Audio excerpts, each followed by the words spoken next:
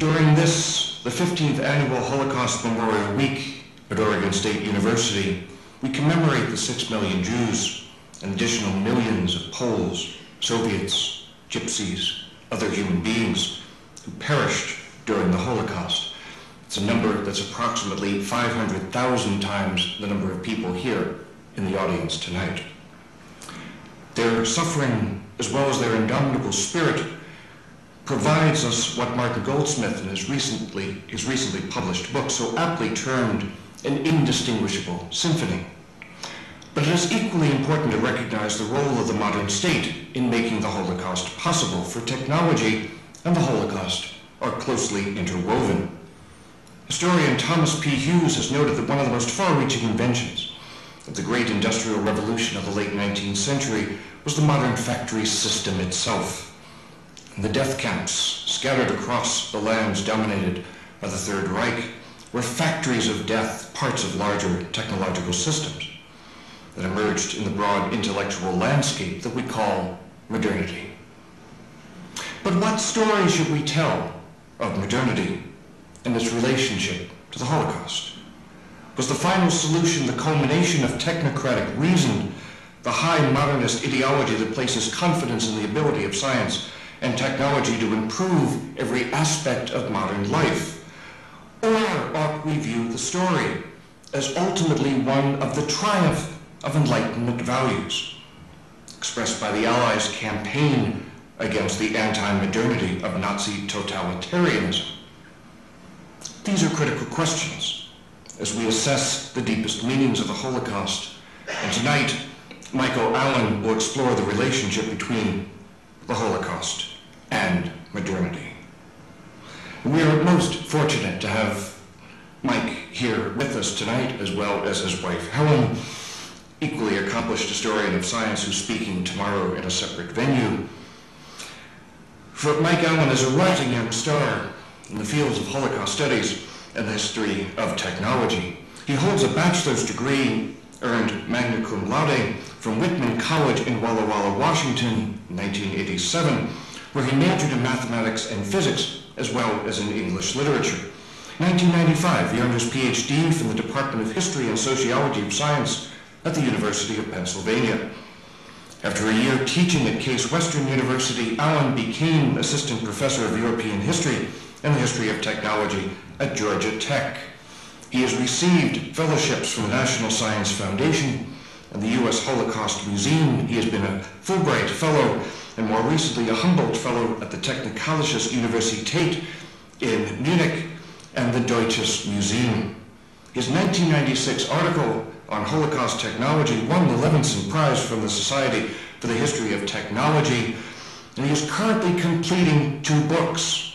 One co-edited, Technologies of Power, Essays in Honor of Thomas Parke Hughes and Agatha Chipley Hughes, as well as his own work, fully his own work, The Business of Genocide, the Engineers and Managers Who Ran Slave Labor in the Concentration Camps. His talk tonight, it's already announced to you, is Modernity, the Holocaust, and Machines Without History. I'm very proud to bring you Mike Allen.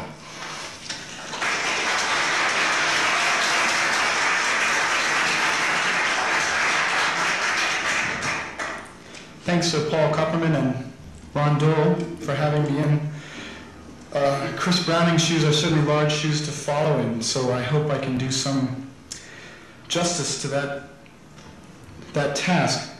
I started this talk with the observation that if you were to walk into any bookstore, and if you were to look on the shelf where typically the books of the people that we count as public intellectuals are kept, talking about people like Alan Bloom, Francis Fukuyama, you might pick up a book by Richard Rorty or Jean-Francois Lyotard, and if you flipped through these books to the index and you looked in the H's, you would certainly find an entry under Hitler or the Holocaust.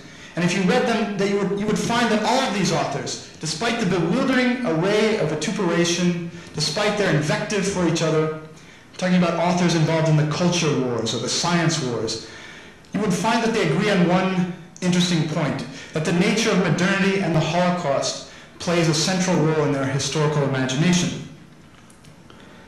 For example, if you were to look at Francis Fukuyama's The End of History and the Last Man, he urges us to embrace the shining truth of modernity because it has vanquished National Socialism, at least in the form of an Anglo-American Enlightenment.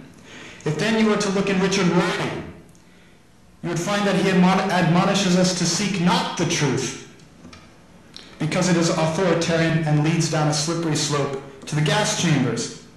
And not to be outdone, M. Stanton Evans, who shares Rorty's disquiet over what he calls the ideologies of the modern era, informs us, and I'm quoting from him, Hitlerian concepts of unfettered power, genocide against defenseless people, and eugenic efforts to direct the growth of populations resulted from the idea that man, severed from his connection to the absolute, had been assimilated entirely to the world of nature. And to rescue the West from this distress, he urges us to seek salvation in Jesus Christ. This is something very interesting to me, considering the role of the Protestant Church, which was more involved in the Holocaust than the Catholic Church, for instance, or many other groups in society. But what I think is interesting is that in all of these books, what's at stake is not so much an accurate understanding of the history of the Holocaust as how the history of the Holocaust can be fashioned as either a mortal weapon or impenetrable armor in order to make an argument about where history should be leading humankind. In other words, it's a debate about modernity and the Holocaust. So in the face of this overwhelming multiplicity, let me state unequivocally what the modern or modernity or modernization mean in the following meditation.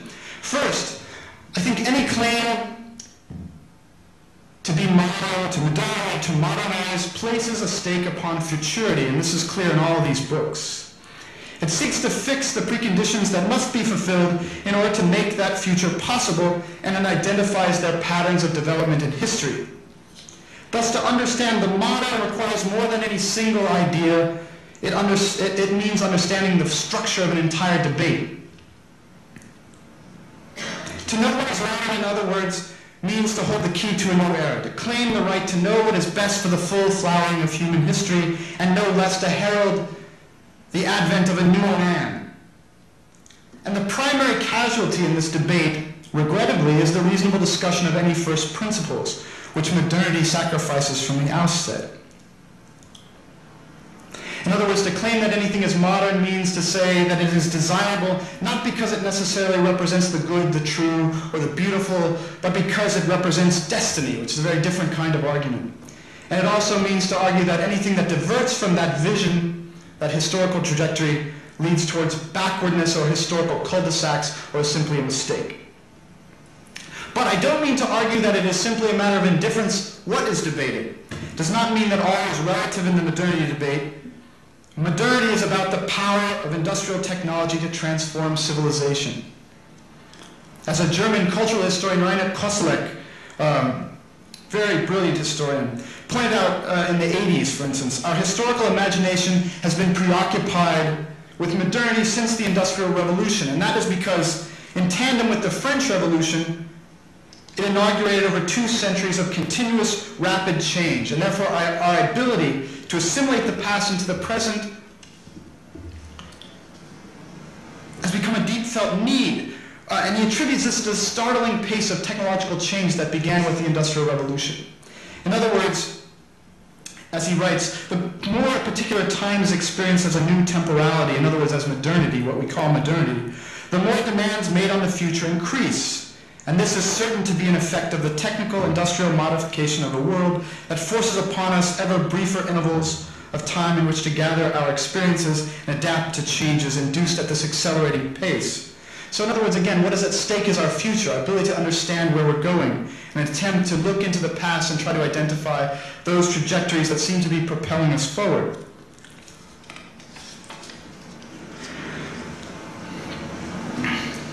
Well, this little detour into the nature of modernity and the importance of technology in that debate about modernity should then, I think, clarify why it's no surprise that the special role of science, technology, and modernity in the Holocaust plays such a special role in the very same culture wars I alluded to above. they're always talking about the nature of modern technology and what it means for the modernity of the Holocaust, whether we're going there, whether we're being rescued from it. At another, even more superficial level, I think, modern technology is also used to define the uniqueness of the Holocaust. And I think at the end of the 20th century, we're less surprised perhaps by those at mid-century by a Holocaust or a genocide in the midst of Central Europe. And in fact, it's one of the virtues of this speaker series that Professor Kopperman was pointing out, that it takes a comparative focus. It's comparing the genocide, or the series of genocides actually in Yugoslavia, in this context with the Holocaust of mid-century perpetrated by the Nazis. And in fact, we can see the uniqueness of the Holocaust more clearly in that comparative perspective. And only the Germans strove to use assembly line methods to execute their victims. Only the gas chambers enlisted the services of the most modern chemical industry in the world and the officious punctuality of the Reichsbahn. Only they systematically managed murder on a bureaucratic scale and built economies of scale and scope into their machineries of death. So it's undeniable, I think, that the Nazis turned to modern science and technology as their means. At the same time, many Germans took their country's historical prowess with modern techniques as evidence that their achievements could deliver them to the end of history. This is something that they felt embodied a kind of prophecy of German destiny. And if you survey briefly the Journal of the Four-Year Plan, which was an industrial journal founded by Hermann Göring, it was where leading industrialists talked to each other about interesting developments in the world of industry and commerce. If you survey that journal, it is replete with statements of futurity about this entry into a new era, the creation of a new man.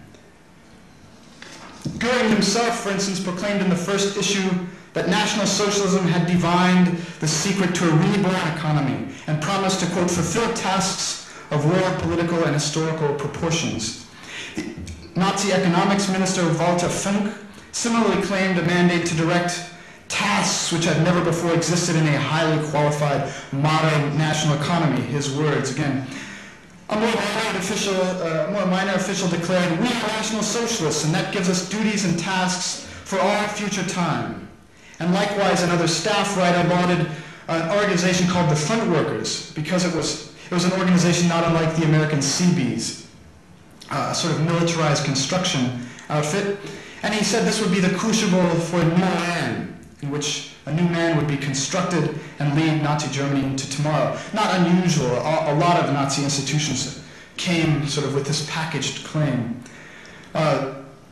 They also took the form, such pronouncements, of advocacy of specific artifacts, specific kinds of technological systems, as when one executive wrote of the centralized hierarchical management of the Volkswagenwerk, its rigorous insistence on production norms, standards, and mechanized production. So this was a kind of millenarian modernism. And it's caused great discomfort among German historians, both immediately after the war and still today, for if Hitler himself had a coherent modern vision, doesn't it seem to lend itself to apology? If that was a modern society, then on what grounds should we condemn it, if they really wanted to be modern like everyone else? Some warn us to abandon any discussion of Nazi modernity altogether. And I'm quoting from historian Hans Mommsen, very prominent historian in Germany. Does anyone earnestly wish to make the fascistic understanding of politics, which touched upon the mere mobilization for the transformation of visionary utopian goals into the foundation of a present-day modern society? In other words, who wants to declare the Nazis modern and then open us up to the possibility that people will take this as a model for future historical development? And the answer, of course, is that the Nazis did. They really did believe that. And they talked about it in these terms, building a modern society. And I think that cuts to the quick of a false dilemma at the very heart of the modernity debate concerning National Socialism. By continually identifying modernity itself with historical destiny, as the necessary legislator of the norms that contemporary society must adopt, as is implied here by Mommsen, there's scant room for the rational judgment of first principles. There's scant room for discussion of what we should actually do in society and what primary grounds we should condemn the Nazi regime for, whether it was modern or not. Now, as already noted above, a mere macabre fascination with technology looms large in debates about the Nazi genocide. And I think racial science, for instance, the science of eugenics, which will also be discussed in the context of Oregon by Mark Largent. Eugenics has received quite a bit of attention up to now. I'm thinking of historians like Robert Proctor, which I believe he also spoke in this series, wrote a very interesting book on Nazi science, Nazi eugenics, racial hygiene. Henry Friedlander wrote a book, for instance, on the euthanasia campaign, likewise Michael Burley, or the German historian Götz Ali. Nevertheless, in all disproportion to the stress placed upon the unique technology of the Holocaust, allusions to extermination factories or factories of death, historians have left the topic of technology almost completely untouched. On the other hand, it's more by the way of allusion than by systematic historical study that technology has always played a crucial role in all definitions of modernization in Germany, debates about modernization in the Nazi period. And here I'll just quote from a very prominent historian again, Ian Kershaw, a British historian, who notes that modernization, quote, implies long-term change spanning centuries and transforming a traditional society into an industrial class society with highly developed industrial technologies. And I might add that Ernst Jünger, who was a man of letters, he was a novelist, essayist, participated in the First World War and wrote a novel of his experiences as a front soldier, which was very prominent then and now, called In the Storm of Steel. And his writings to some extent influenced Nazi ideologues. He wrote with near exaltation of the same trends that Kershaw summarized as an academic debate. He referred to these as the sort of academic debates of sociologists and historians. But a man of letters such as Ernst Jünger was summing this up 50 years earlier when he wrote, quote, the technological engagement of industry, economy, agriculture, transportation, administration, science, public opinion, in short, each special substance of which modern life exists in a self-enclosed and elastic space, inside of which a common character of power manifests itself. You can catch, I think, in that passage, his near exaltation, his fascination with modern technology, which filled the imaginations of quite ordinary Germans, and the National Socialists were no exception in this regard. So in other words, this attempt to predicate a kind of historical destiny on the nature of modern technology, modern machines, both predates the debates among historians, and it is in fact still with us. It certainly did not end with suicide in Hitler's bunker. However, and this is part of the central argument I want to make tonight, despite the prominence of modern technology in the debates of the 20s, 30s, and 40s, in other words, when they talked about what is a modern society, they would always make reference to those aspects of transportation, communication, modern technologies of factory production and organization that Jünger discussed. Those are very prominent in the 20s, 30s, and 40s, prominent in the Nazi discussion of modernity itself. But after the Third Reich's demise, the historical fact of National Socialism itself became a new linchpin in bitter struggles over the Enlightenment, in which the Enlightenment became identified as the quintessential defining moment of modernity, and National Socialism was looked to as that historical event which would either justify the Enlightenment's triumph or mark its demise, mark its condemnation. This struggle has more or less two camps. Immediately after the war, self-conscious moderns of the liberal left pointed to the Third Reich's supposed anti-modernity as the quintessential evil from which they proposed to rescue history. And this is essentially, it lives on in the work of people like Francis Fukuyama. By the 80s, on the other hand, many had begun to express their uneasiness with modernity itself. A German historian, Thomas Nipperdey, one of the few post-war historians to strike this ambivalent stance towards modernity, a bit of distrusting stance towards modernity itself, he attempted a syncretism when he declared the Nazis to be revolutionary anti-moderns. Mostly younger historians have pressed this point. For instance, Jeffrey Herf, who's written a very influential book called Reactionary Modernism, turns that point somewhat on its head. They're not revolutionary anti-moderns, rather they're reactionary moderns. So-called postmoderns in the present, say in the 80s, coming to prominence in the 80s, quickly adopted the same themes, but by declaring the Nazis to have been unambiguously modern, they used the Holocaust to discredit the Enlightenment itself. And I'll just quote from Zygmunt Bauman, again, a very prominent sociologist who's written a book called Modernity and the Holocaust. He argues that a straight line runs from the logic of modern bureaucratic organization and the technology of modern factories to the killing machinery of the death camps. Quote, the murderous compound was the work of a typically modern ambition of social design and engineering mixed with the typically modern concentration of power, resources, and managerial skill. Not unlike Ernst Jünger, except he blames that trajectory itself for the Holocaust. The Holocaust to him, in other words, was social engineering with a vengeance that stemmed from what he calls the enlightenment and enthronement of the new deity, that of nature, together with the legitimation of science as its only orthodox cult and of scientists as its prophets and priests. And what I think is interesting about that is that here you have a self-avowed postmodern striking the same rhetorical tone as M. Stan Evans, who's an intellectual of the Christian right in the United States. They seem to agree on this point. I'm not trying to take sides. Well, I am taking sides, but what's interesting to me is two so diametrically opposed intellectuals could agree on this fundamental point. And again, it's technology and the Holocaust and modernity that is the thing that preoccupies their historical imagination.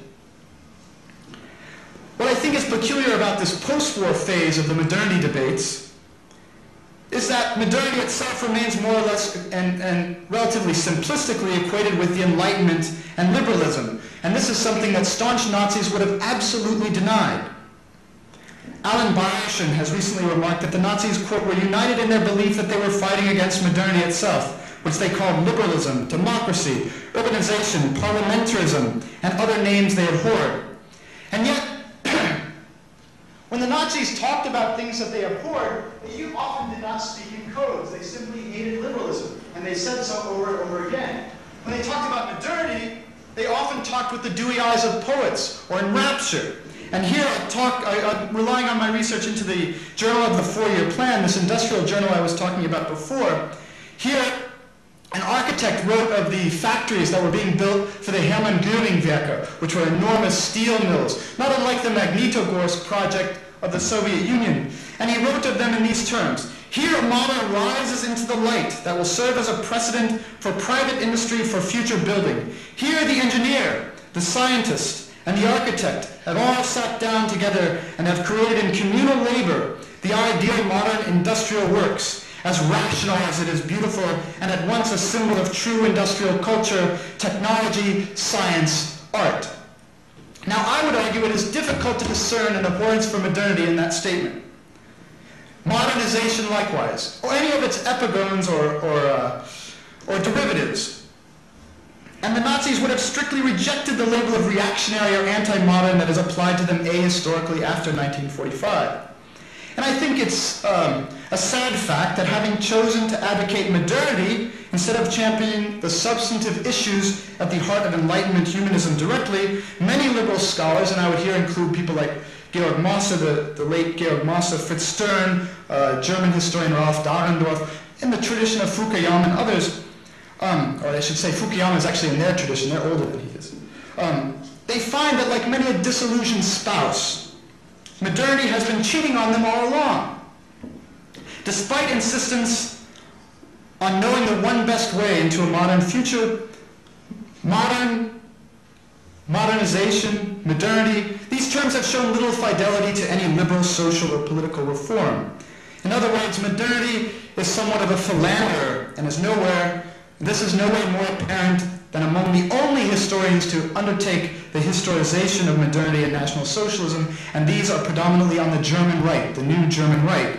And they have maintained the positive valuation of modernity expressed by many liberal post-war historians, but they have embraced the postmodern interpretation of Nazi modernity itself, but added a new twist. To the extent that National Socialists created a modern society, they argue, to the extent they made possible a modern Germany, and this is especially the viewpoint of Reinhard Zittelmann, those contributions should be judged good, and we should even celebrate them as part of German national identity. But what is being lost in this entire debate, because it is a debate which after the war has revolved around the Enlightenment and modernity rather than around technology and modernity, is the history of technology, which is still present in the debate but is largely unarticulated and taken for granted.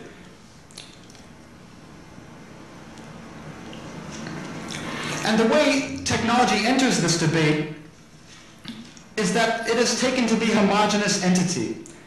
And as I titled the paper, machines are taken to be entities without history.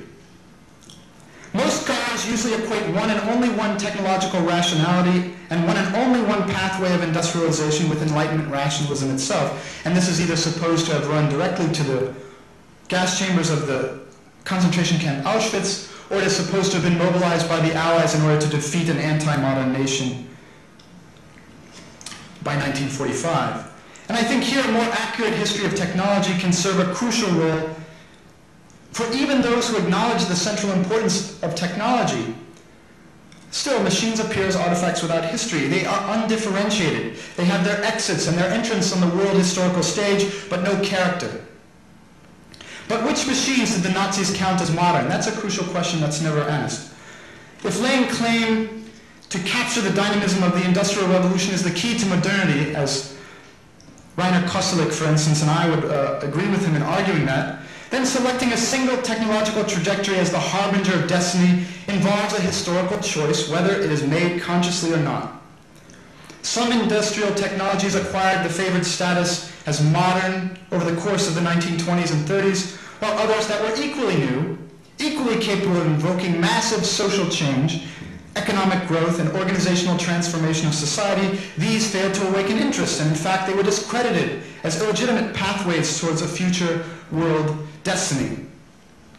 And here I think, to return to what the Nazis themselves believed about modern society and modern technology, they were fascinated with large-scale industry over shock production, and this is despite the misapprehension that Nazi ideology favored the old middle class. And I'll give one example. A man named Gottfried Feder, who was an architect and engineer and Hitler's early economic guru before the seizure of power, he is often taken as a quintessential Nazi anti-modern.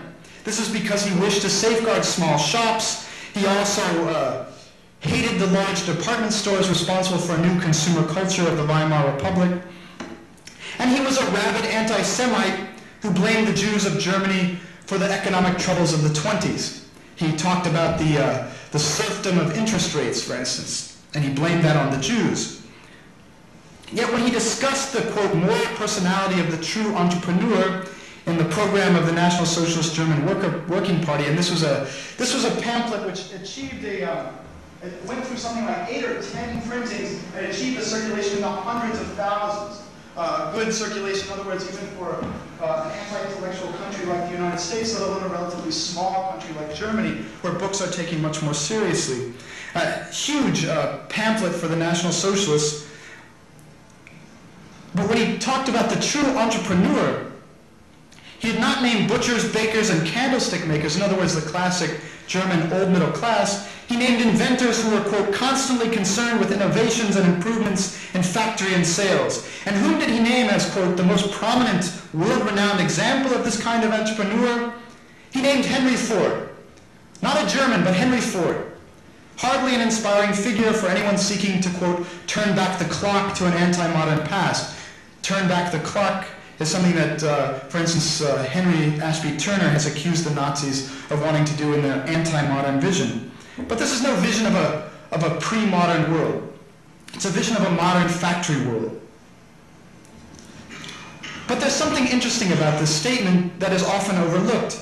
The 1920s, at least by 1927, the 1930s, this was precisely the decade in which General Motors was surpassing Ford in sales.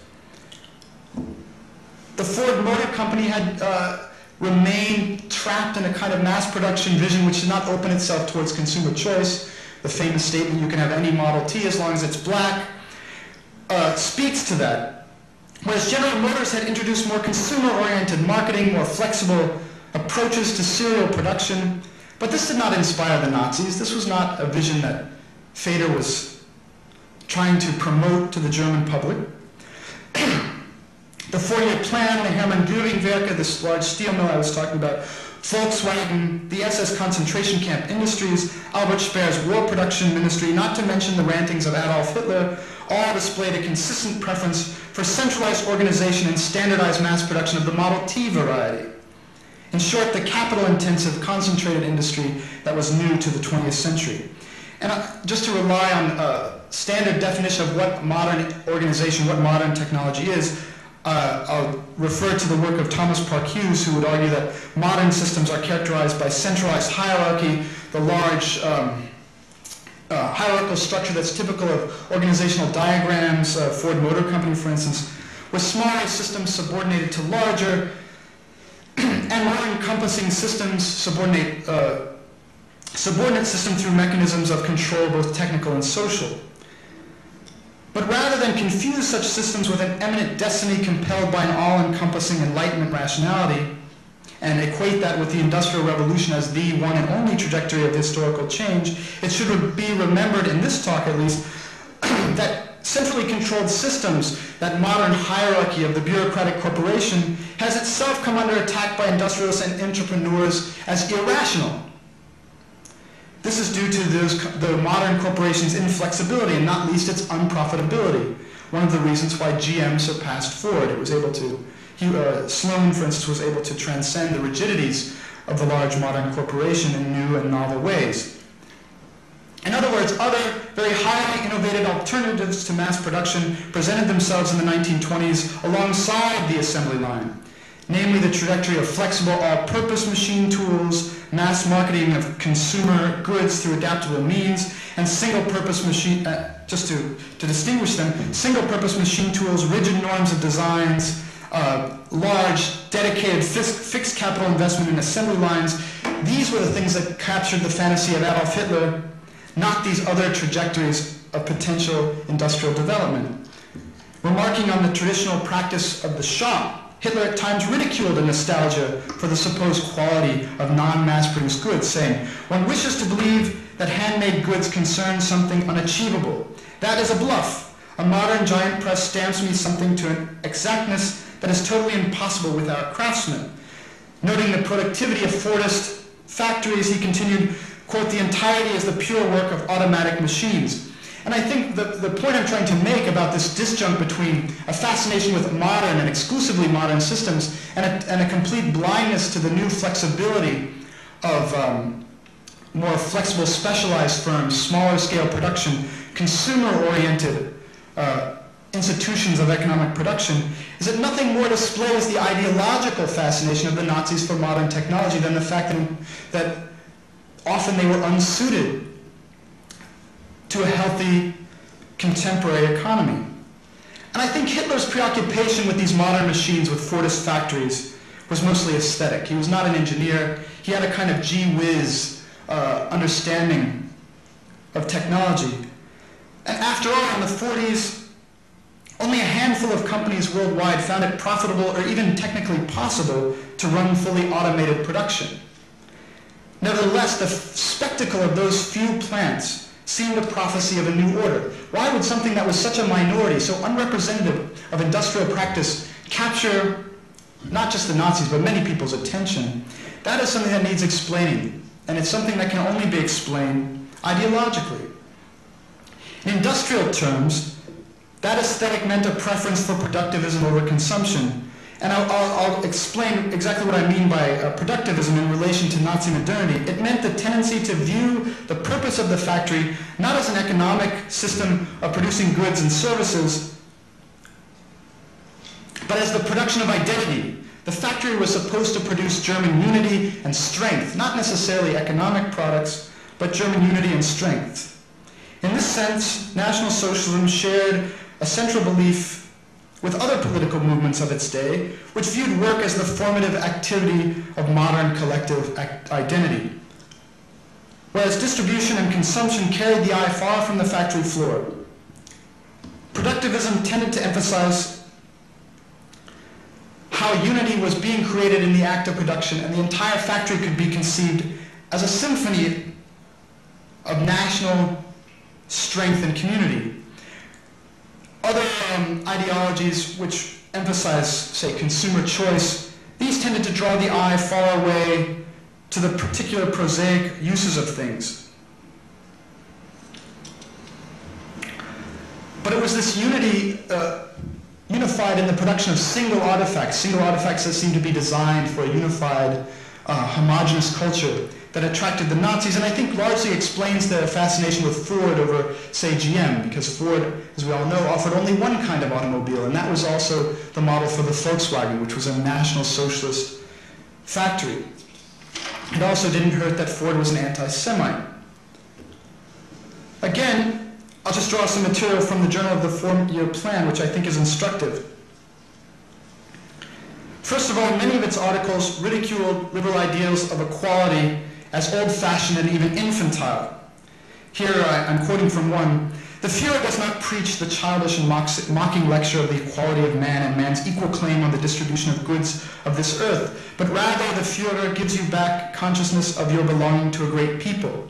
In the people you are bound to decline or prosper, and in the people each can achieve as much as he can according to how he applies his ability and achievements, so that ability and achievement is the only measure of progress, not, and what a utopia, to eliminate the inequality of man, but the inequality of conditions under which they work. Again, a direct attack on principles of the liberal Enlightenment. Rather, what in other words was to replace these values rather than the mundane output of commodities to satisfy whimsy, consumer choice, individual consumer initiative, the four-year plan set itself the task of reawakening, and I'm quoting again, proud and happy consciousness fully worthy and responsible to partake of the nation's providence as well as its cultural and economic goods to the measure of each comrade's productive contribution. What distinguishes productivism then is that it defines the worth of each individual according to his or her contribution to the national collective community.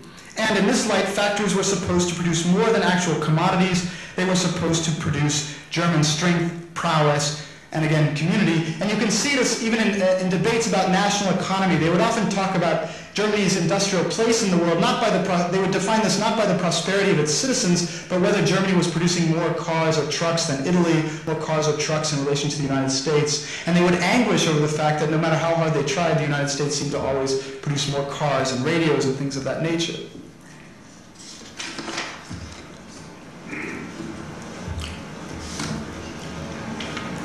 At the heart of Nazi modernity, then, was a dream of a perfect factory system, or something that Charles Meyer has called the society as a factory. But it was to be a system whose overarching output was supposed to be a homogeneous culture. That was to be the new order of National Socialism. And now I want to come to the second part of my talk, which is about what the specific new order meant, because it meant something quite specific in the Third Reich. It meant the transformation of Eastern Europe, the conquered territories of Poland, the Ukraine, the Soviet Union, into Nazi Germany's Lebensraum, or its living space. And I'll turn to two examples of this. The first is taken from their efforts to mass-produce settlement, both settlements where Aryans were supposed to create a kind of demographic revolution in which what they called children, rich families would branch out and expand and eventually squelch the Polish and Jewish culture of Eastern Europe, so that those would be converted in the course of generations into a kind of homogeneous National Socialist landscape. And it intended to produce everything down to the very furniture these people used in these settlements. And that will be my first example. The second, then, I would like to turn to the very factories of extermination designed to eliminate the European Jews, which play such a prominent part in the culture wars today. Again, the Eastern territories overrun by the German army, those were not just theaters of military operations, they also served as a blank slate for the visions of a Nazi modernity, which was to be created by the SS. The head of the SS, Heinrich Himmler, was appointed, and this is typical of sort of the silly titles that many Nazi potentates collected in those years. he was appointed the Reichskommissar for the reinforcement of Germandom, sort of a special official for the reinforcement of family values in Germany. He drew up blueprints for model Aryan settlements. These were supposed to secure the racial and cultural dominance of Germany over these conquered lands. And none the least, they were to be implemented in essentially blank spaces. Ethnic cleansing came as part and parcel of these policies. Himmler's expert for regional planning adamantly opposed any fallback on the nostalgia of previous eras in this endeavor. He wrote, "German agriculture has just begun to overcome the backwardness of the last decades. The technical and economic criteria for optimal production represent a complex problem, but the organization of new farmsteads will exclude from the very beginning any romantic or far-fetched fantasies of bucolic forms." And again, it's impossible to overlook the agrarian romanticism of the Nazis, but at the same time, those very statements were also filled with a celebration of modern technology, modern economic order. Thus, it included dreams of a perfectly planned and integrated modern economy with an emphasis on technology. Though this was by no means its only thrust, I'm not trying to argue that. For one, the SS proposed to use the captive labor of the concentration camps to mass-produce building materials, furniture, and appliances for these Aryan settlements in the East. And these settlements, in turn, as I said, were supposed to convert the East into a so-called German landscape. In this new order, modern industry represented both the means of transforming a Polish and Jewish land into an Aryan one, and at the same time, the presence of modern machines in this landscape were part of what was supposed to constitute it as Aryan. They were both symbols and the means of transformation. Now I'm just going to make a note of one SS company, German Noble Furniture. This was acquired by the SS in order to produce furniture, literally to manufacture this new order. Through the lens of productivism, even the very banal manufacturing standards of this form could acquire the aura of hallowed national symbols in the eyes of its managers. This was one of the so-called settlement industries. They referred to them by this name, a settlement industry, found to supply the new order. These Aryans with their children-rich families were supposed to rely on this company for their furniture. In the summer of 1940, the chief executive officer of all SS companies, a man named Oswald Pohl, prepared to bid on the Emil Gerstel AG. This is a joint stock company, Emil Gerstel of Prague. It was a highly valued furniture company. In fact, when I was doing research in Prague, I came across a guy who said, "Oh yeah, you can still find Emil Gerstel's furniture in the used furniture shops of Prague. It's still very highly valued and sought out furniture." And because it was such a top-end firm, this was one of the reasons why the SS sought it out. A Jewish firm which already had a great name as a designer firm, and also, incidentally, a great name as one of the most modern, advanced manufacturing firms in Czechoslovakia. Emil Gerstel, incidentally, was one of the many Jews being forced out of the economy of the Republic of Czechoslovakia after its invasion by the Nazis. In Prague, the SS solicited the help of a well-positioned officer who came. He was an officer in the General SS, not yet inducted into the management of the SS. Those were separate institutions. But he was the son of a furniture manufacturer in Stuttgart called A. May, and his name was Dr. Kurt May. May in English, sorry, and it would be pronounced in German as May, but he was the son, Kurt May was the son of a manufacturer, A. May of Stuttgart. By the late 30s, he had already appeared in Czechoslovakia on behalf of his father's firm, seeking new investments in the crusading spirit of an industrial modernizer. Again, you can hear the enthusiasm for modern technology that filled these men. As described by a friend, quote, "By means of special production of individual parts by contracting firms, planned mass production, and modern wood-saving methods, he was to achieve a price level within the means of a majority of buyers, but which at the same time guaranteed sound and tasteful work." Again, it's the vision of Ford, the Ford Motor Company applied to furniture manufacturing. According to other contemporaries, Dr. May was concerned with the creation of culturally valuable household articles, and his vision included rhetoric of production norms for German culture. Now, I'll skip over the history of this firm's confiscation and get on to this vision of a modern factory in the name of kind of cultural production.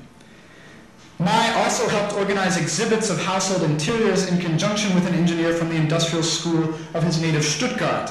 This was the diploma engineer Hermann Gretsch, and this is incidentally also an era in which designers are trying to make a name for their profession. They're professionalizing new and coming group in society, which is very typical of people who began to associate themselves with the new movement of National Socialism.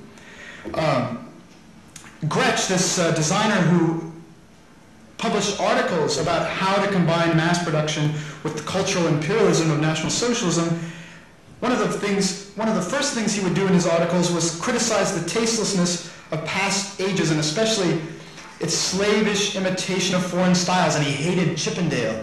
Couldn't stand the British style of Chippendale precisely because he thought it exemplified a kind of mindless era of liberal capitalism. He wrote, "If we find so many houses so ugly today, it is because they were made in the period of a beloved mammon. Race, heritage, tradition, and lifestyle are important, but designers have completely forgotten them. They have forgotten that they must also satisfy cultural needs. And in this light, men like Gretsch, men like May, had no problem seeing racial supremacy in whatever form as modern. They had no problem conceiving of modern production as an essential fulfillment of their anti-Semitism.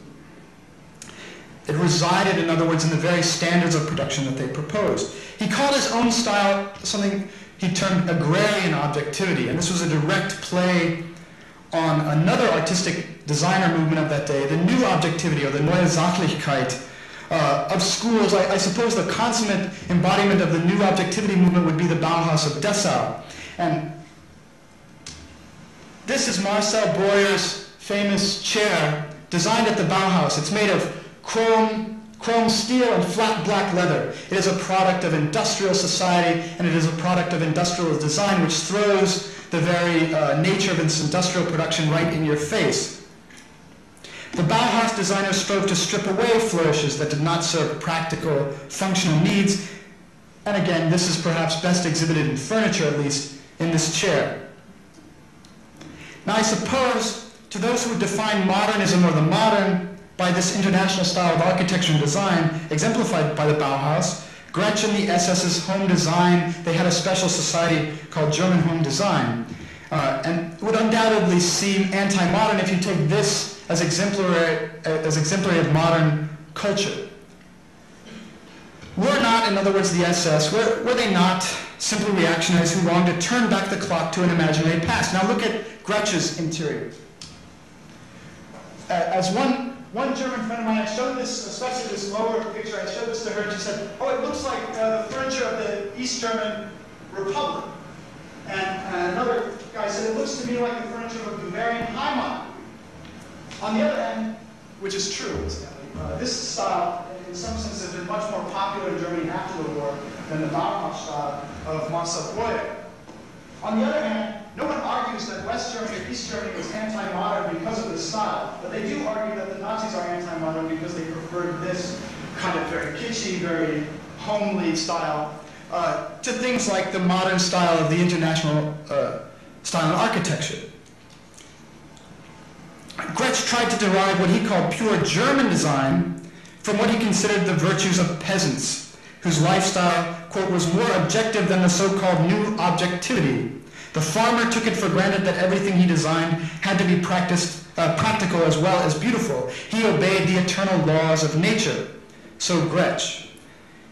In Gretsch's living space, the woman's place was certainly in the bedroom and in the kitchen, and you can see he includes a little baby carriage in the bedroom, and he was very excited about this wall of closets which could be expanded as a sort of extension on the wall. Every time you had a new kid, you could just add a new unit, sort of a Nazi IKEA style for these settlements in the East.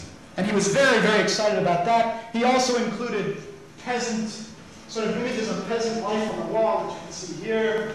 And he included a sort of smoking den for the cozy male culture that was popular among Nazis of his day. Again, this would seem to confirm those who view the Nazis as hopelessly retrograde and backward-thinking troglodytes.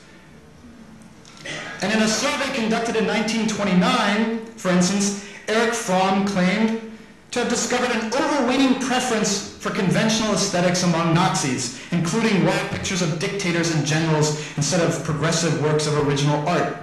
There's nothing in Gretsch's taste that could have proved him wrong.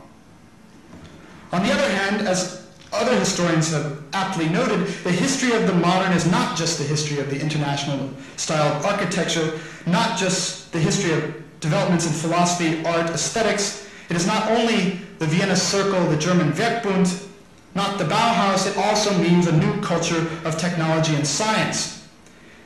And in this, the SS's German design confirms the new culture of modern science and technology just as much as it confirms Fromm.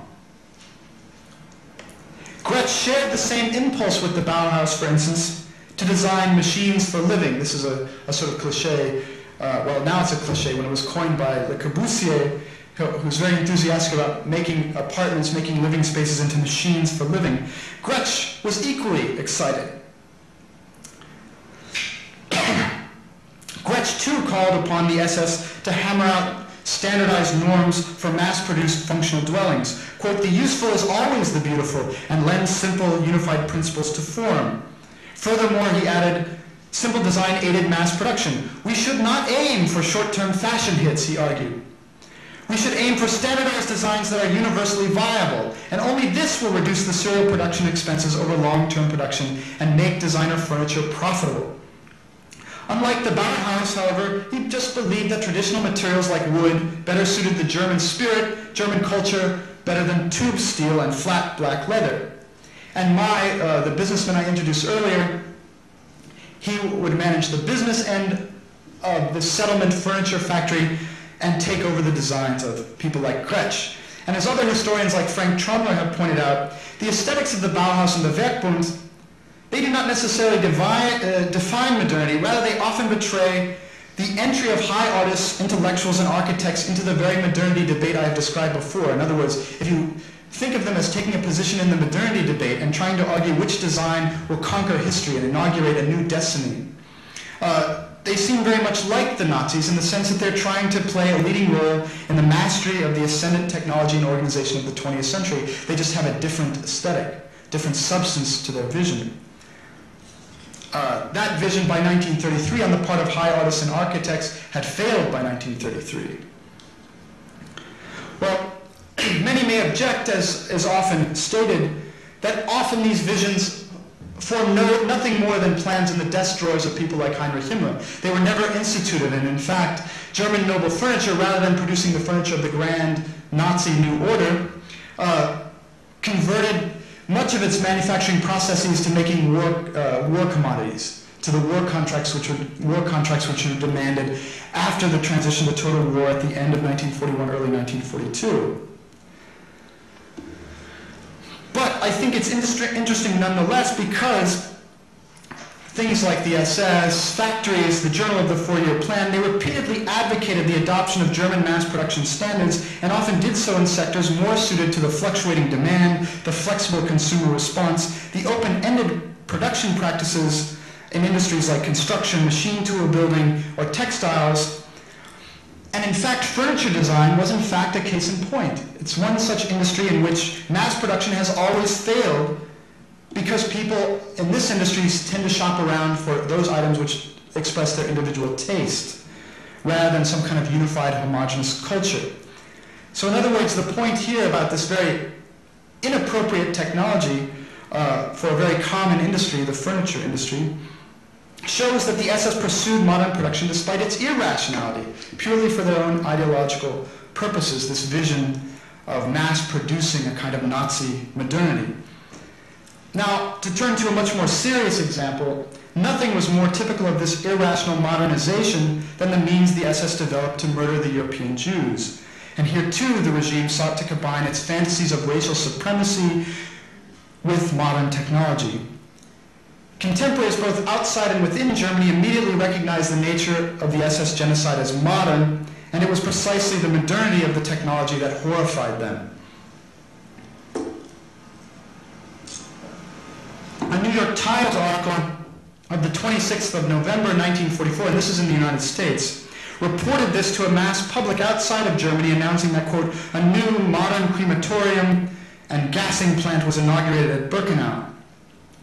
At Auschwitz, the SS seems also to have bragged with pride about the tightly coupled integration of gassing and cremation in one technological system, in one specially built building for that purpose. Quote, the best ever done in this line, as an SS man instructed one prisoner. An adjutant of one of the SS's highest generals wrote of his travels to Auschwitz, the camp Auschwitz has a special task in the Jewish question. Here the most modern means make it possible to carry out the order of the Führer in the shortest period of time without a great deal of sensation. And he went on to describe in detail how the system operated, stressing the modern organization of steady flow production and the centralized command and control. Outside of Germany, such as in the New York Times article, this seemed a new vision of hell. Within the SS, it often awakened their awe and their pride. Now, it is well known that most Jews perished by primitive means and that the crematorium constantly malfunctioned at Auschwitz. What is lesser known is that this modern killing, and by this I mean the integrated system approximating mass production, this was a relatively late development at Auschwitz. The SS erected several gas chambers by early 1942 to kill victims with carbon monoxide. The concentration camps had built industrial-scale cremation ovens much earlier than that, and they had done so in the late 30s. Nevertheless, those early systems hardly counted as mass production factories. They were for the most part ad hoc.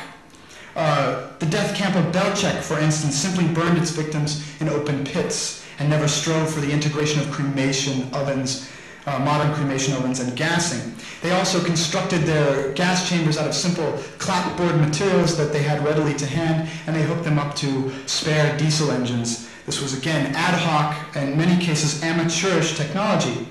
Rudolf Hughes testified after the war that his assistant at Auschwitz first took initiative with the chemical poison Cyclone B as a substitute for carbon monoxide as early as the fall of 1941. But in this case, his adjutant had merely locked some Soviet prisoners of war in a basement, which was likely too cold to activate the gas pellets effectively. After the decision to start mass gassing on a larger scale, the concentration camp simply sealed the doors and windows of existing barracks. They did this with felt or simply paper strips. In another case, they used old farmhouses that had been confiscated from Poles. And a low-ranking SS man poured the crystals of Cyclone B in through open windows, which were then sealed, or holes knocked through the wall.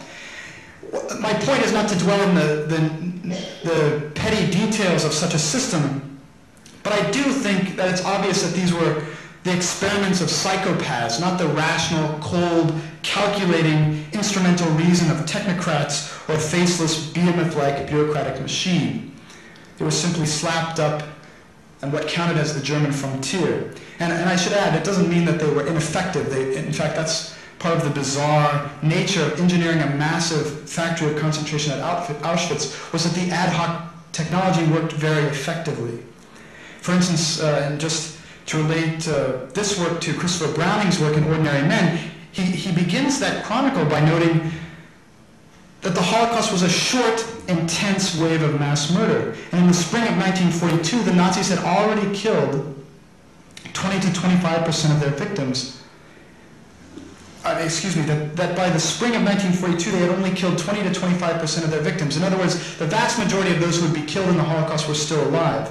But by mid-February of 1943, the statistics were reversed. Only 20 to 25% still remained among the living. Since the invasion of the Soviet Union in the summer of 1941 and throughout 1942, the SS's killing spree proceeded with rudimentary technological systems.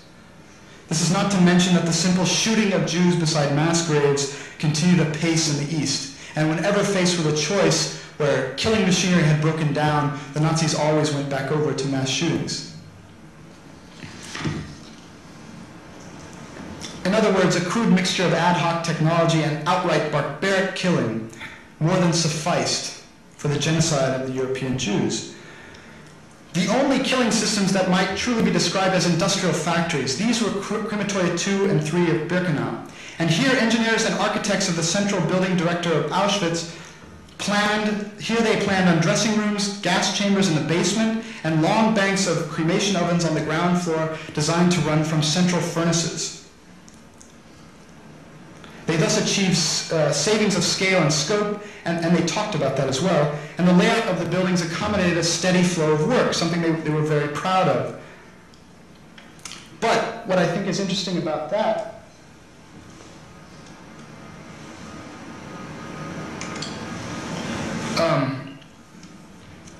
they designed these very slowly, and they only came online in March of 1943. In other words, after this massive wave of killing was near its end, where there were only 20 to 25% of the Jews were left to be killed at this time. This is a graph of the transportations to Auschwitz. It's not an exact representation of who was being killed in the gas chambers at that time. People were being killed in the gas chambers who were not transported there. They were being culled from existing labor details. Not all people in the transports were killed. Some were culled for those labor details where they would sometimes be killed later. On the other hand, it's a good representation of activity in the killing camp. And my point here is that there never was a technology more lacking as a justification as means to an end. It came online right when this massive, brutal wave of killing was tending towards its wrap-up phase. The big spike in 1944, you see, is the Hungarian Jews, who were mostly killed over the course of the summer of 1944. But in 1943, when this was built and came online, Hungary was still a German ally, and it was by no means clear that the Nazis would get control over the Hungarian Jews in order to put them to death in a special killing facility at Auschwitz. In other words, it's hard to divine the exact purpose that this technology would have served, especially if you buy into the argument of many who say this is an outpouring of simple technocratic reason. On the other hand, if the machinery of death at Auschwitz was not techniques out of control, what possibly could be? Now, I would argue that the desire to express an enthusiasm for modern technology offers a better explanation for why they built this over the course of 1942 and implemented it in 1943. And just briefly, if we would consider how and why Cyclone B first entered the gas chambers, this becomes abundantly evident. Rudolf Hughes testified after the war in his famous confession that the mass killing using gas, Cyclone B instead of carbon monoxide, this modern chemical instead of the exhaust from a motor, why not use this modern chemical? This began in the summer of 1941. Now we know that can't be true because the first experiments with Cyclone B began no earlier than September. But I think this slip of memory of his is instructive. And this is very typical that perpetrators seldomly outright lied. Very few, only a few like Albert Speer really had the skills of a novelist, a fiction writer. They couldn't lie outright. They often remembered salient facts in a different light or tried to let only certain facts stand for the whole truth. And so I think this slip of memory on Huss's part, who incidentally had already admitted at this point to the killings in Auschwitz and had nothing to hide, I still think it's very instructive. In early July, discussion of Cyclone B had begun in Auschwitz in 1941. Not for killing people, but for delousing clothing. Machinery for this purpose was specially marketed by a chemical firm called Degesch. And at the beginning of July, advertising materials arrived, including a copy of a scholarly article written by the company's chief executive named Dr. Gerhard Peters. His article discussed the considerable progress made with the use of Cyclone B, which both his firm and the firm Tesch and Stabenow marketed. At around the same time, Bruno Tesch, the owner of Tesch and Stabenow, that's his name in the company title, he started training courses in the handling of the Degesch gas chambers at Sachsenhausen, as well as other SS garrisons, eventually including Auschwitz. And after the war, several officers personally testified that they discussed with Tesch the suitability of Cyclone B for killing large numbers of human beings. At first, however, these gas chambers were not intended for murder. Again, the modern technology that Degesch was pushing comprised fumigation chambers, each 10 cubic meters, with specially designed ventilation systems and automatic devices for introducing Zyklon B pellets. Pater's article, still preserved in the files of the Construction Directorate of Auschwitz, begins by discussing, quote, the advances in this particular year that have contributed considerably to the modernization of the well-known gassing process. Again, his emphasis on the modernity of this technology. And immediately after the arrival of these materials, you can tell the enthusiasm for this new machinery in the documents of the Construction Directorate of Auschwitz. As they wrote, quote, the operation is organized so that an undressing room for prisoners lies on one side of the chambers, which they called the impure side. During the delousing of the clothing, the prisoners can bathe and submit to general examination until they arrive at the other side, which they called the pure side. This merged seamlessly with their rhetoric of racial hygiene. I think you can tell in these statements. There, the prisoners receive their clothing in the dressing room. Now, despite the fact that these were not designed for killing, these chambers, Degesh, Tesh and Stabanov, they still conceive them as factory systems for managing prisoners as human material, and they conceive them as doing so in a mass production fashion. Hans Kammler, the SS Chief of Engineers, gave these systems first priority, and this happened as early as the 14th of July, little more than a fortnight after they received the advertising materials from Dr. Pater's firm. As one engineer wrote, in an attempt to spur Auschwitz subcontractors, without overall planning, there can be no economic and timely installation of technically modern equipment. And he was referring to these systems, and he was trying to spur the subcontractors on. As early as September of 1941, a report mentioned that blueprints had been drawn up so that, quote, the floor plan is so organized in order to make possible an assembly line operation such that the flow of work is never interrupted. They made this technology not only the technology of choice for Auschwitz, but the leader of the SS's Corps of Engineers in Berlin insisted that, quote, the final means of all delousing installations, including for not Wehrmacht, but Waffen-SS troops, Waffen-SS being the militarized units of the SS in combat, who also needed their clothing deloused, they should be geared toward the process with blue acid, and blue acid is the chemical name for the chemical agent in Zyklon B.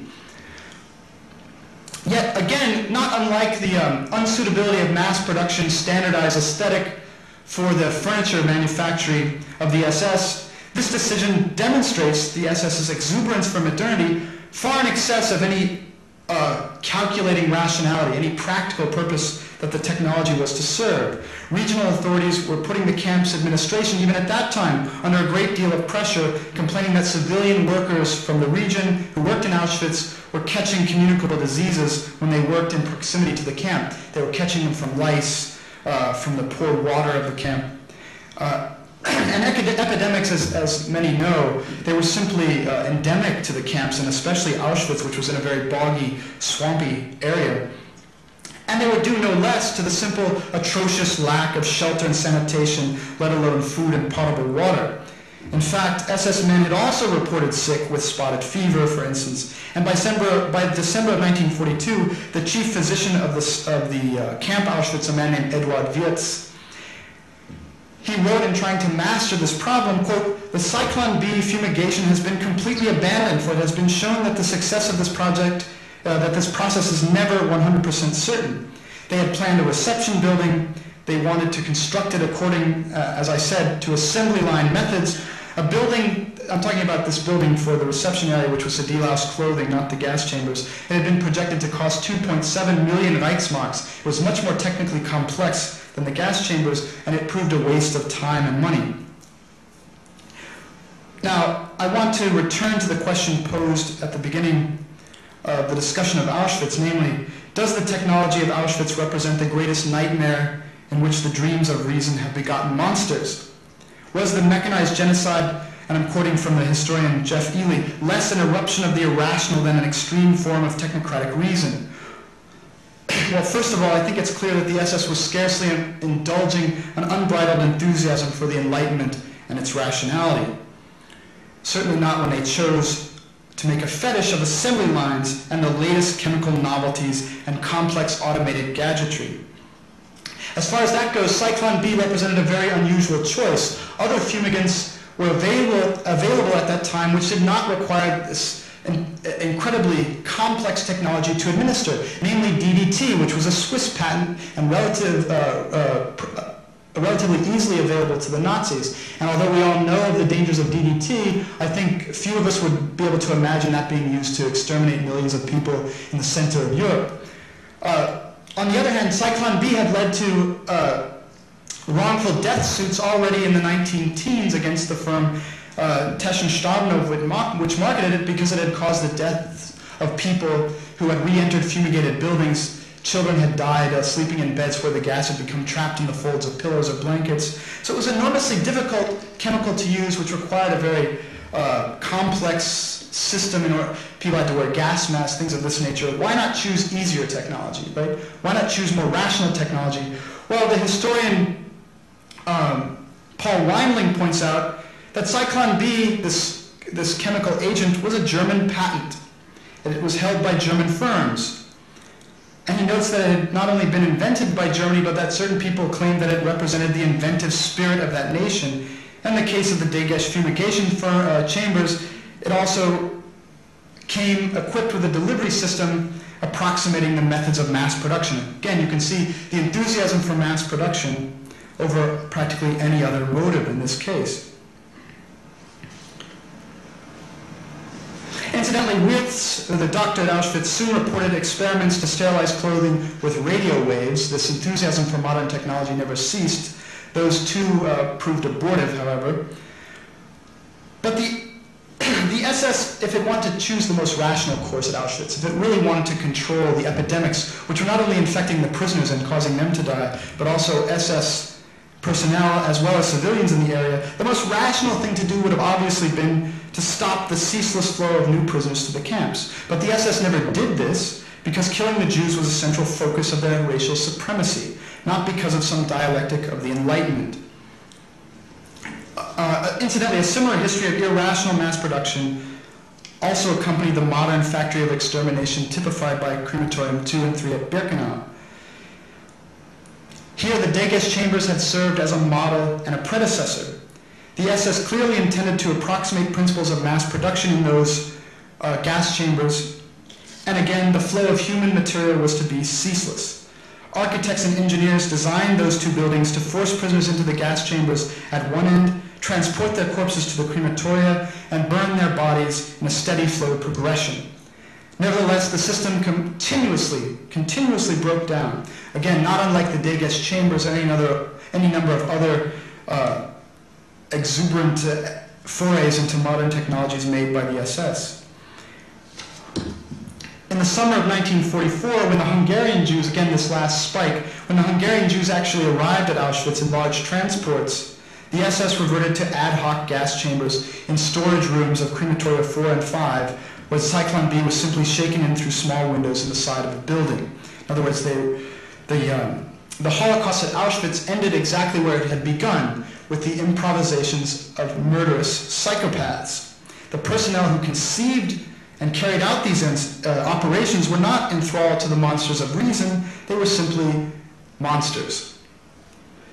Now, just to sum up, I think it's beyond question that the barbarous utopia of the SS, which they tried to build into an assembly line for murder, was wholly in keeping with what I've termed here productivism. That's what I've been trying to argue. That is, the National Socialist movement in general identified modernity with technology as the means of forming a national identity, a German identity in production. If social engineering was part of this, the vast plans for remaking Eastern Europe, so too was the irrational belief that German national identity resided in a destiny tied to modern machines. Regarding the gas chambers and crematoria of Auschwitz, the leader of one SS killing squad, Erich von den Bach-Zelewski, reportedly commented that, quote, Auschwitz was something the Russians could not accomplish, and it reflected the German gift. And I think, just to end with that quote, what better example of Hitler's productivism might there be? The Nazis consciously adopted a modern technological system in order to purge Europe of its Jews, one that incidentally always broke down and was not necessarily a rational system. But they were thus seeking to manufacture a racial empire in their own image, one that embodied, which had as part of its symbolism of racial supremacy, these modern technological systems embedded in its landscape.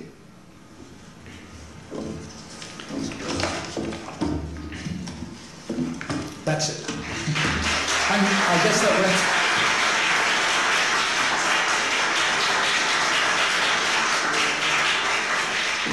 I don't know when I took the stage, but I guess that probably went over time.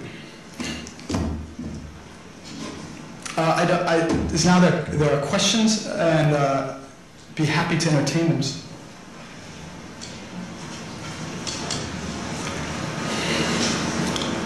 Please. I guess I'm convinced by your argument that the Nazis adopted this severity. And where does it come from? Why does it happen in Germany?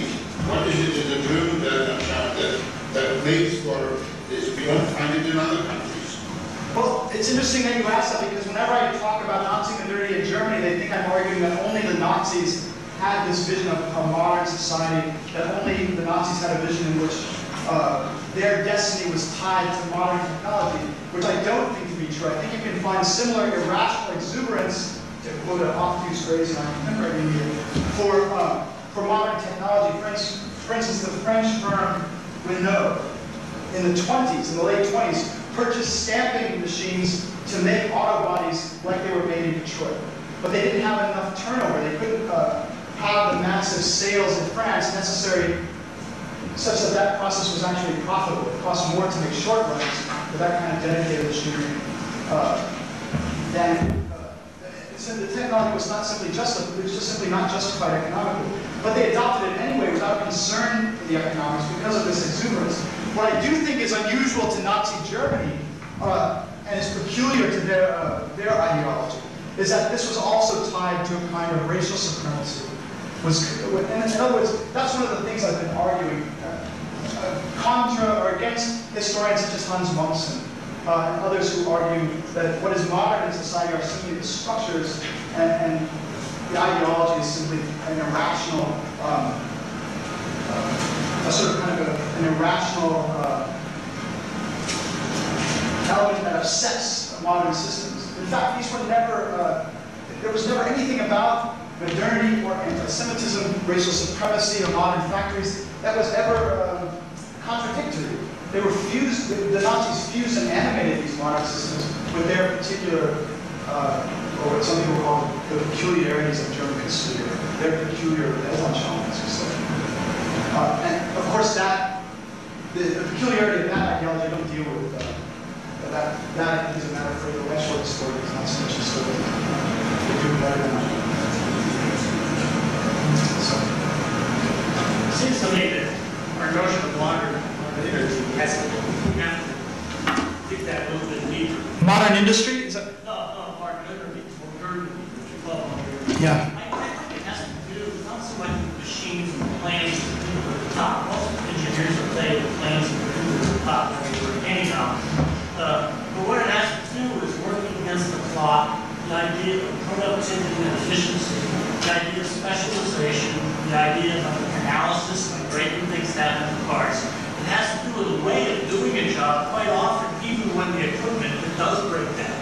And I think that's probably the lesson I see here is with that notion of efficiency, productivity as a norm that is followed even when the equipment breaks down, even when the people at the top don't make much sense. It allows a horrible system to accomplish horrible ends at scales that wouldn't have happened if people hadn't had that notion of clocks, efficiency. And so I think when we're describing that modern mindset, or whatever you want to call it, it's a way of doing things, a set of practices. And I think it's a more pervasive set of practices rather than a set of plans that people at the top have, which usually don't have to pay.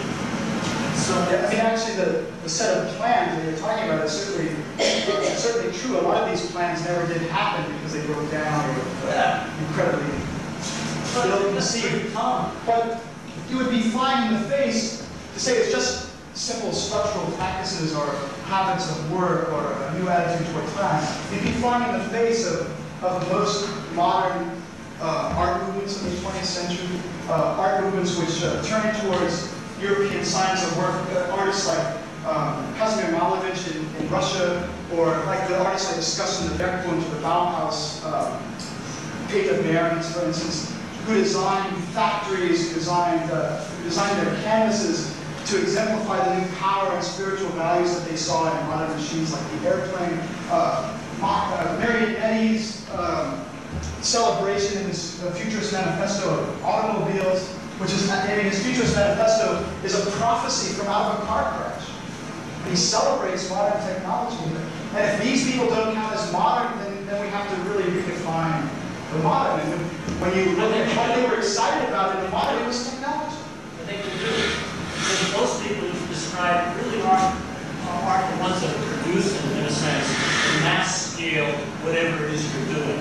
And I think in order to understand how things can be done at such a mass scale, you do have to think of pervasive habits of thought that probably we take for granted that haven't been part of the Hughes way of taking things for granted. I don't deny they're new, but I would deny that they are separable from attitudes towards cultural and social reform.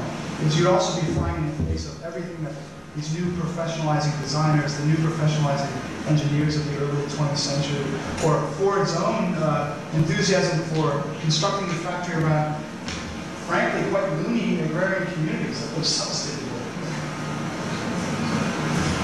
As an historian of technology, as I'm sure we're all convinced you are, I'm sure that you have not stopped studying history just because, the Holocaust happened 50 years ago, but it continues to keep track of historical patterns in technology through the end of the 20th century and into the 21st century.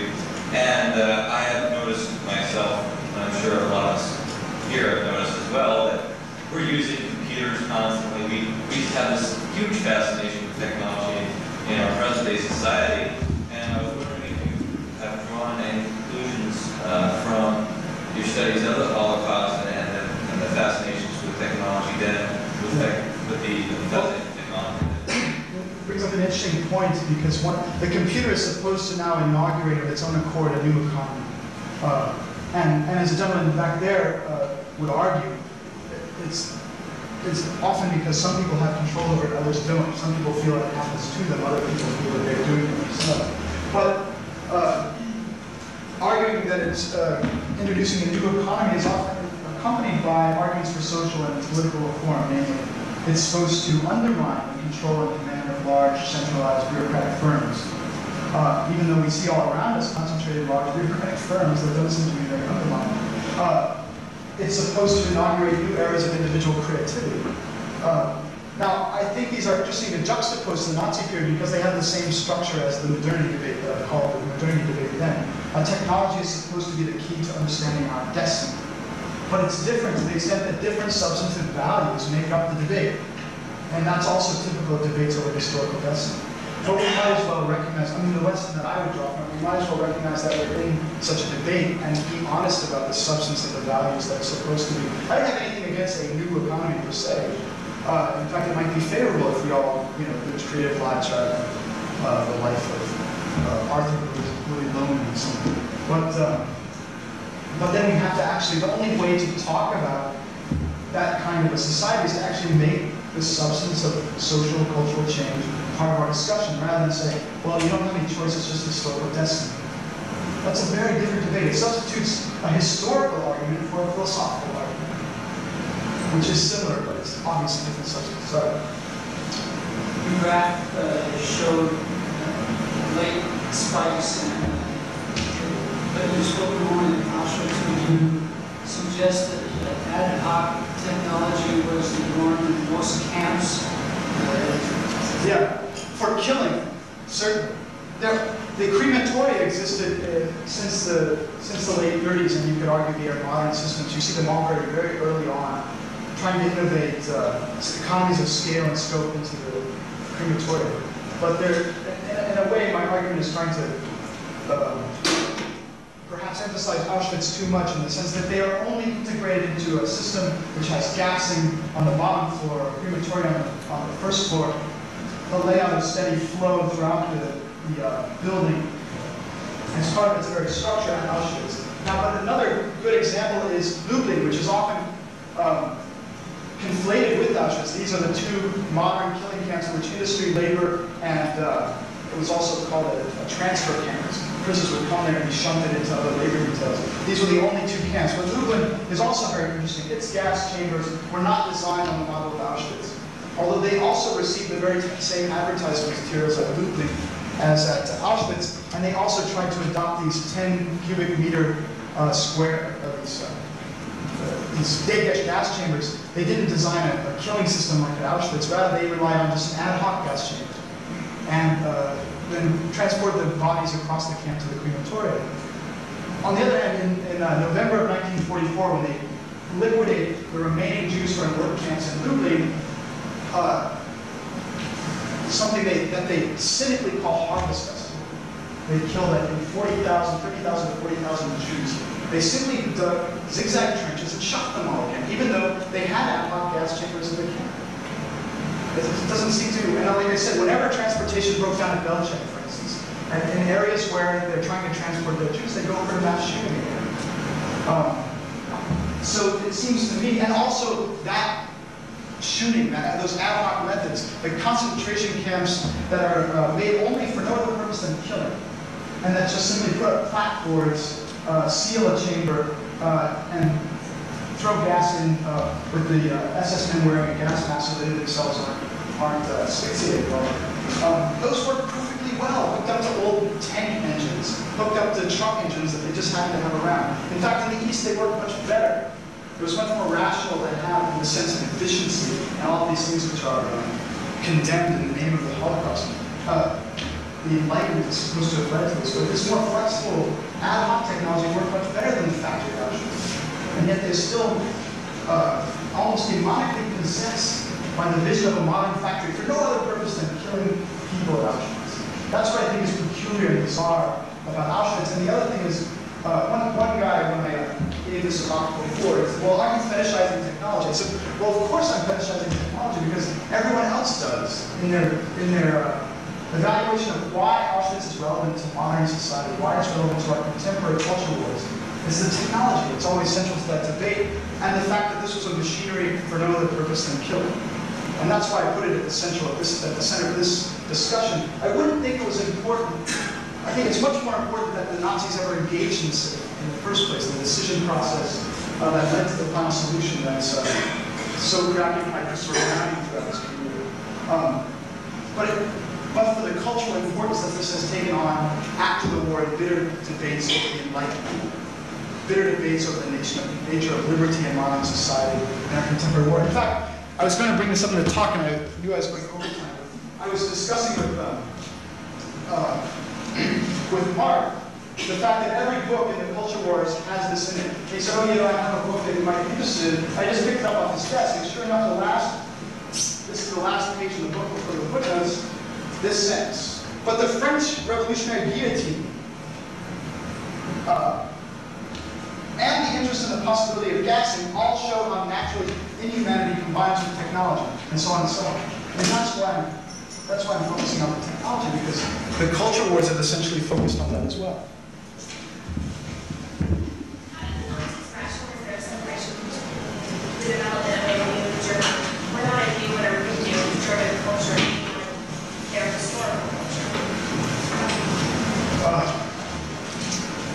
Do you mean how could they argue in one breath that they're creating the new world and a new Germany, and yet at the same time claim that they're harkening back to these sort of silly farmer objectivity of the Vita life? Exactly, and just the juxtaposition of mass producing cultural German artifacts for them.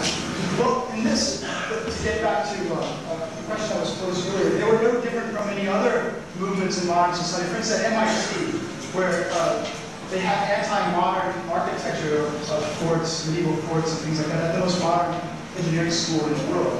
Well, the Nazis are similar, and it works like this. For instance, Deborah Dwork and Robert Jan von Hub have written a really good book about Auschwitz and this argument about the settlement projects of the Nazis.